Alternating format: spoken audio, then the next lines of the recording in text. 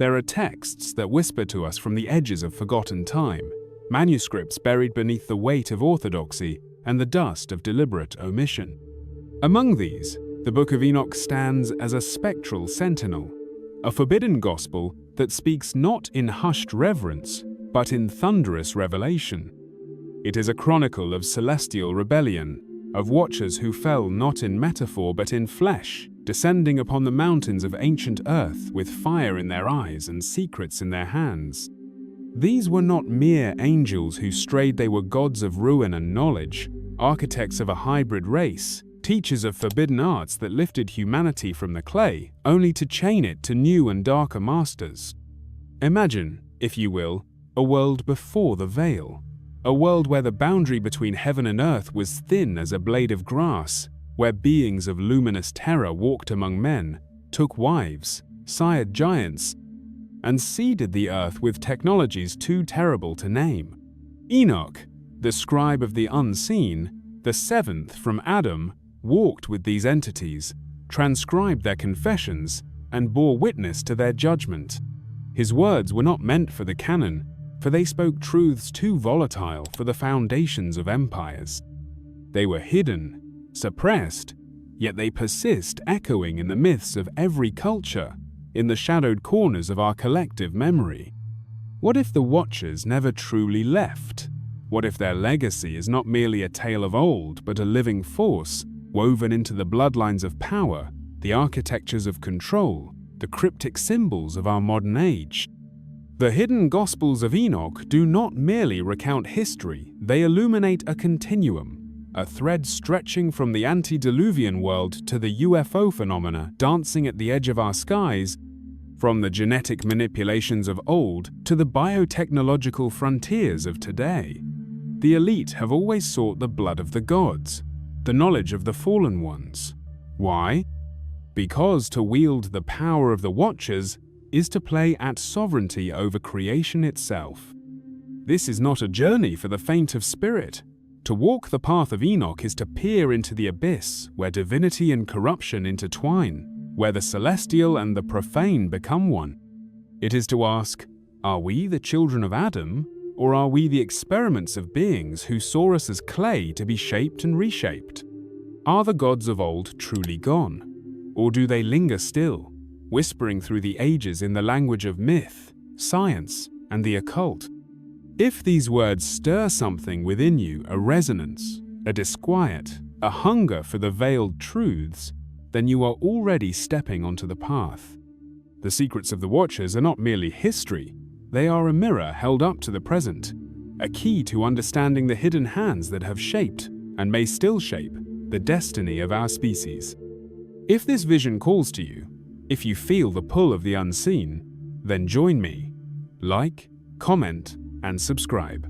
For the journey is long, and the road is lined with revelations waiting to be uncovered. The hidden Gospels of Enoch are not a relic, they are a living cipher, and the time to decipher them is now. To step into the world of Enoch is to step into a realm where the boundaries between heaven and earth blur, where the divine and the monstrous share the same breath. The hidden Gospels of Enoch are not merely an account of fallen angels, they are a cosmology, a revelation of the forces that have shaped human destiny from the shadows. At their heart lie three great themes: transgression, hybridization, and hidden knowledge, each a thread in the tapestry of our forgotten past, each a key to understanding the present. The first and most visceral of these themes is the great transgression, the moment the Watchers cast aside their celestial station to descend upon Mount Hermon, binding themselves to the flesh of the earth. They were not mere rebels, they were revolutionaries of the cosmic order, beings who defied the very architecture of creation. In their fall, they brought with them secrets not just of magic and metallurgy, but of the deeper sciences, the arts of shaping matter and life itself. This was no mere mythic rebellion. It was an intervention, a deliberate fracturing of the natural hierarchy. And in their defiance, they reshaped humanity in their own image. Which brings us to the second theme, hybridization. The Watchers did not merely teach, they bred. Their offspring, the Nephilim, were more than giants, they were something other, a mingling of celestial and terrestrial bloodlines that should never have been. The implications are staggering. If the seed of the Watchers still lingers in the veins of certain lineages, then the division between human and something else becomes perilously thin. Ancient kings claim descent from gods. Modern elites whisper of blood purity and ancient pedigrees. Is this mere vanity, or is it the echo of an old and terrible truth that some among us are, in essence, not entirely of us? And then there is the third theme, the hidden knowledge. The Watchers did not fall empty-handed. They brought gifts or curses depending on who wields them.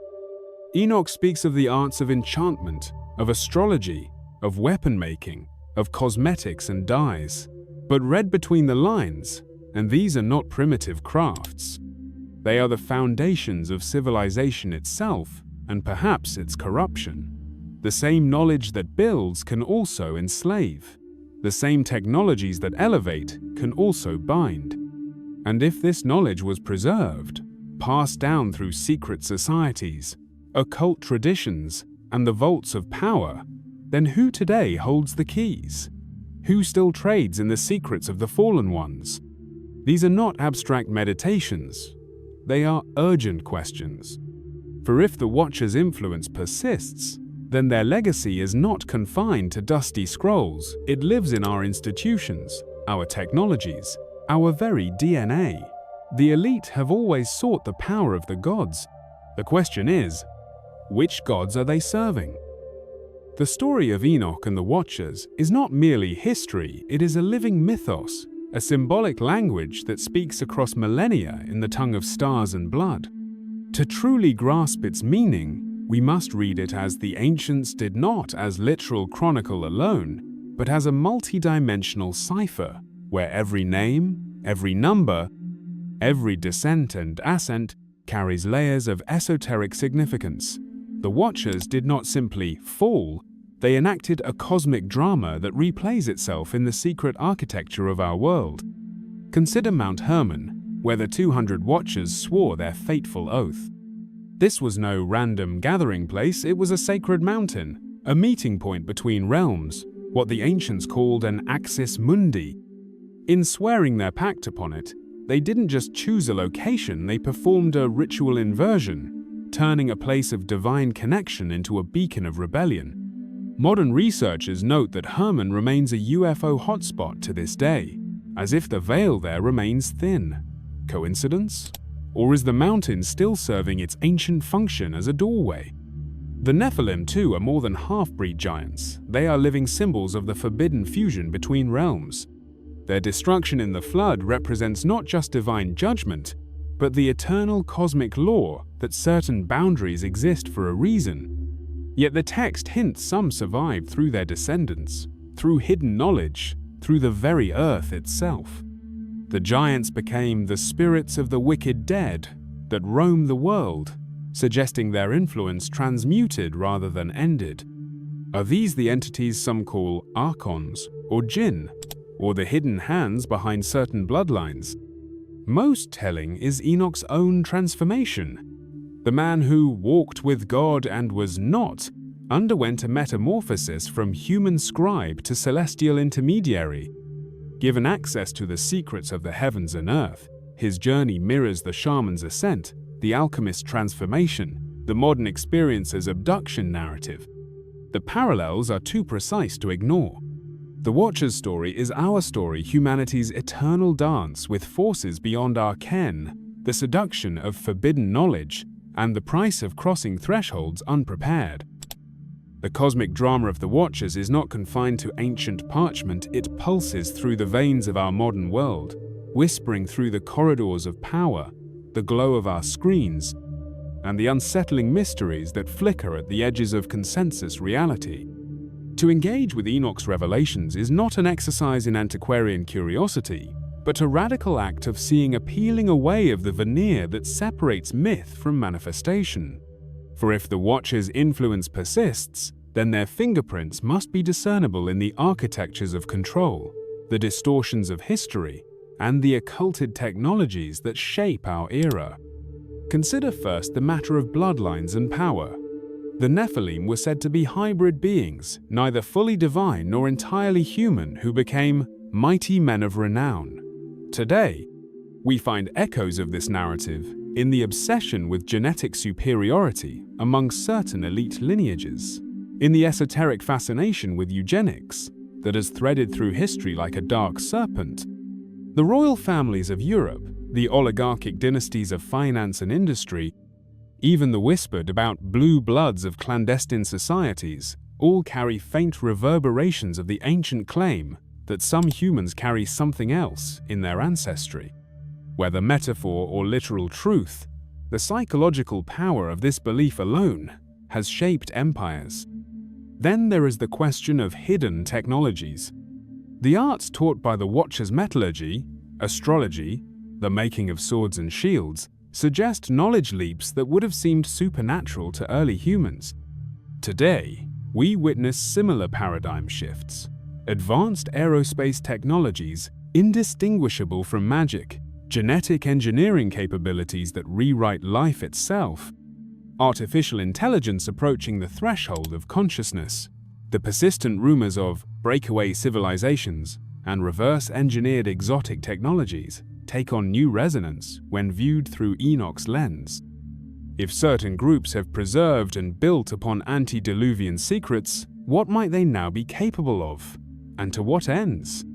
Most critically, there is the manipulation of perception. The Watchers didn't just bring tools, they brought spells, enchantments, ways of bending reality and consciousness. In our age, this finds its mirror in the sophisticated psychological operations conducted through media, in the algorithmic shaping of collective thought, in the weaponization of information.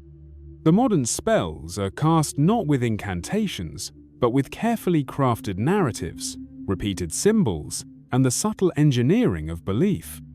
The question becomes, who are today's Watchers, the unseen architects of our consensus reality? To integrate these realizations is not to succumb to paranoia, but to awaken to a more nuanced engagement with the world.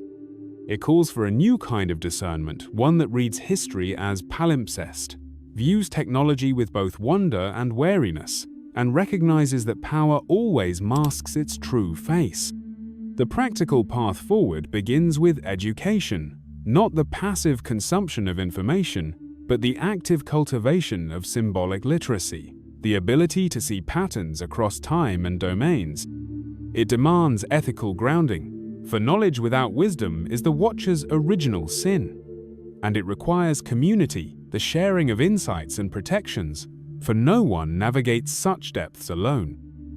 We stand now at the precipice of revelation, where the ancient and the contemporary merge into a single, pulsating truth. The story of Enoch and the Watchers was never merely about what happened, it is about what is happening, about the unbroken thread connecting those primordial transgressions to the existential crossroads we face today. This is not a call to fear, but to awakening to recognize that we are living in the shadow of a drama that has been unfolding since before the deluge, and that our choices now will determine whether we repeat its tragedies or transcend them. The Watchers embodied the eternal human dilemma, the intoxication of knowledge without wisdom, power without ethics. Their legacy lives on in our unchecked technological arrogance, in the elite's obsession with playing God over genetics and consciousness, in the cold architectures of control that treat human beings as experiments rather than sacred vessels. Yet Enoch's message contains the antidote within the venom, the possibility of conscious evolution. Not the corrupted ascension promised by secret societies and technocratic overlords, but a genuine awakening, one that honors both our earthly roots and celestial potential without violating the sacred boundaries between them. What then must we do? First, see clearly. Recognize the old patterns repeating the hybridization agendas masked as progress, the commodification of consciousness, the systematic erasure of true history. Second, remember your sovereignty. The greatest trick of any would-be watcher is to convince humanity we need intermediaries to access the divine.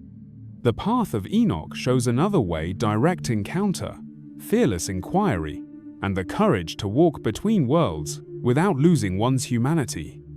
Finally, create the new.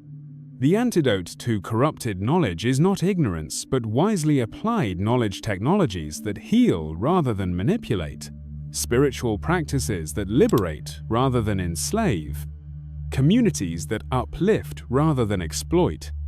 This is our moment of initiation, not into some guarded mystery school, but into the most profound mystery of all, what it means to be human in a universe where the old gods never really left, where the war between freedom and control plays out in our labs and our laws and our very neurons. The choice is upon us: to remain passive subjects in someone else's experiment, or to become conscious co-creators of a reality rooted in truth, reverence, and authentic power. If this journey has stirred something in you, if you feel the old fire of Enoch's legacy burning in your bones, then the call is yours to answer. Share your reflections below, for this conversation is only beginning. Subscribe for deeper explorations into the hidden currents shaping our world. And, most importantly, carry this awareness into your daily life. The true resistance to any modern watchers begins not with confrontation, but with the quiet, unshakable determination to stay awake, to remember, and to honor the sacred in ourselves and each other. The veil is lifting. Will you see what lies beyond?